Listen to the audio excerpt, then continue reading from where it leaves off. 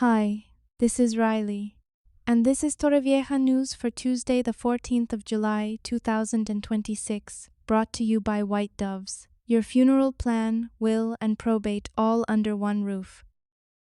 Let's start with some great news for everyone trying to get around town. Torrevieja has officially unveiled the map for its brand new urban bus network, which is starting to roll out this summer. The council and the transport company Avanza have put together a clear, color-coded guide to make planning your journeys much easier. There is a central circular line, plus 8 other routes, connecting all our main residential areas to the hospitals, beaches, and shopping areas. You will be able to grab a printed copy, or just scan a quick QR code on your phone to see all the latest routes and stops. Staying local, there is more help on the way to keep our roads moving. Torrevieja City Council has just launched a new unit of 20 mobility agents, along with their supervisor, who officially took office last Friday. These agents have been equipped with 10 motorcycles. They are starting their training right now, and their main job will be handling traffic control, especially around schools and big events. The best part is that this will free up our regular local police officers so they can focus entirely on security and the continual rise in crime in Torrevieja. Widening out slightly, did you feel a little rumble this morning?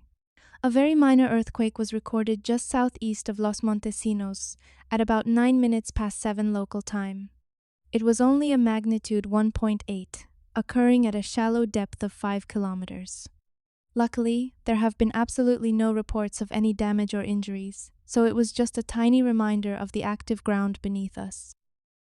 Moving into some of the more serious news, there is a growing worry over emergency services in the area. Healthcare unions are furious that the Orihuela Costa has been left with only one single SAMU emergency ambulance. The union says a contract mistake means a second ambulance is actually stationed elsewhere, leaving a massive population with very limited cover. They are calling for an urgent review, though regional health officials argue that emergency vehicles are managed centrally based on distance and severity, rather than strict municipality borders. Staying with serious news, we have an update on that tragic discovery at a villa in the luxury La Veleta area last Friday. An autopsy has officially ruled out a violent death. Investigators initially feared foul play because of injuries and blood found at the scene, and they even arrested the villa owner. However, he has now been released without charge, and forensics believe the injuries were actually caused by a fall. Specialists are waiting for final toxicology reports to confirm exactly how the Spanish national died.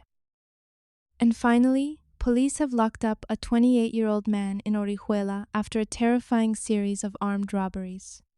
Officers say the suspect carried out 3 separate knife robberies in less than 24 hours earlier this month.